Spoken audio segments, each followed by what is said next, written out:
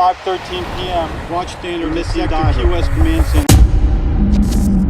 Rob Stewart was a filmmaker who dedicated his life to protecting sharks. He was the director of the critically acclaimed documentary, Sharkwater, which exposed the illegal and cruel shark fin trade. Stewart was also a passionate diver and conservationist. On January 31, 2017, Stewart was scuba diving off the coast of Florida while filming his sequel to Sharkwater. The circumstances surrounding Stewart's death are still under investigation, but there are many unanswered questions. Some people believe that Stewart died from a diving accident, while others believe that he was the victim of foul play, which we will be covering later on. Rob Stewart was born in Toronto, Canada in 1979. He was always fascinated by the ocean and sharks. Raised in a family of divers, he quickly developed an affinity for underwater exploration. Fueled by this fascination, when he was 12 years old, he took his first scuba diving lesson. He earned his scuba diving certification at just 13, foreshadowing the incredible journeys he would undertake in the years to come. He quickly became an accomplished diver and conservationist. In 2006, Stewart released his first documentary, Sharkwater. The film emphasizes on the importance of sharks as marine creatures. Sharks have been here for more than 400 million years, 150 million years before the dinosaurs.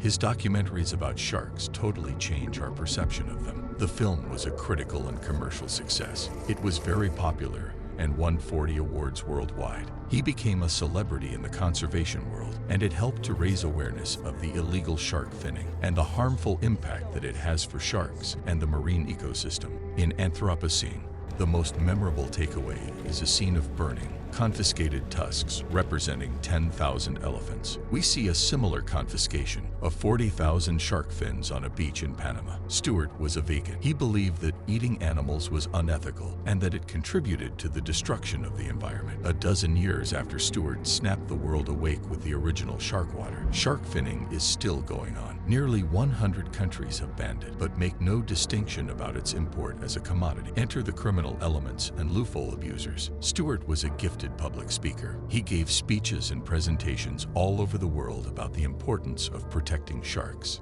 In 2013, Stewart began working on a sequel to the film, titled Sharkwater Extinction, was set to expose the continued threats to sharks, including overfishing, habitat loss, and climate change. Sharkwater Extinction demonstrated how shark ingredients have been introduced into our everyday household cosmetics, pet food, and fertilizers. Team Sharkwater continues to work to keep sharks off the shelves and out of our cosmetics. January 31, 2017. It was a usual day for Stewart to film for his new documentary, Sharkwater Extinction. Stewart was in Florida close to a location called Key Largo filming Sharkwater. Elusive sawfish was very common in the Atlantic Ocean, but nowadays elusive sawfish have been hunted in the world and are now very rare to find. It was reported seen in that area, and he was hoping to capture some of the footage of that fish. He was accompanied by a friend, Brock Cahill, diver and instructor Peter Sotis. He decided to dive in the little island of Isla Morada. He was going to push diving limits to have a glimpse of the elusive sawfish. They both dived for a very long period, but Stewart didn't find the sawfish in the 2 attempts. The team realized that they had left the grappling hook underneath.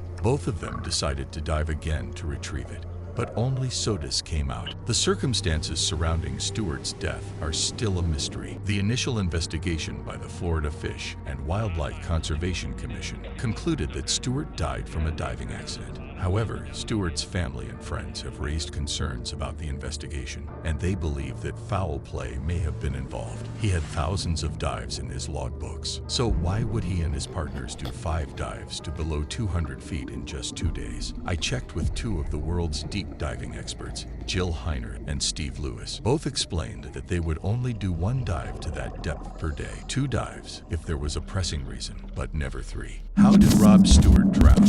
Rob Stewart's autopsy, shedding light on the cause of death. While the report notes that both men ascended from the dive at a greater than normal rate, it rules out decompression illness because the dive crew successfully treated Sotis with oxygen, and he fully recovered based on that treatment. That would not have been the case with decompression motion sickness. Oxygen is usually administered in cases of decompression illness, but it only reduces symptoms and limits the damage of the underlying cause. Since both men were diving with rebreathers and the same mixtures, the report concludes that they both likely suffered the same condition. The difference is likely that while Sotis suffered while boarding the dive vessel, Stewart suffered in the water. This caused him to lose his breathing loop and sink. The report concludes that Stewart suffered an acute case of hypoxia, or lack of oxygen. This led to a shallow water blackout. The report does not speculate on whether faulty equipment, an inappropriate gas mixture, or just bad luck caused the hypoxic episode. Questions were raised about the rebreather. It is equipment commonly used by military and technical divers. With traditional scuba tanks, the diver breathes from a compressed air tank that she carries until all the air is drained. But rebreathers are devices that allow a diver to keep reusing the air they've already inhaled. Stewart was a tireless advocate for sharks. He never gave up fighting for the protection of these amazing creatures. He believed if sharks are fished to extinction, the health of all life forms everywhere, in the oceans and on land, is at risk. In 2018, Rob's close friends and family completed his final film, Sharkwater Extinction, which he was in the midst of filming on that day in 2017.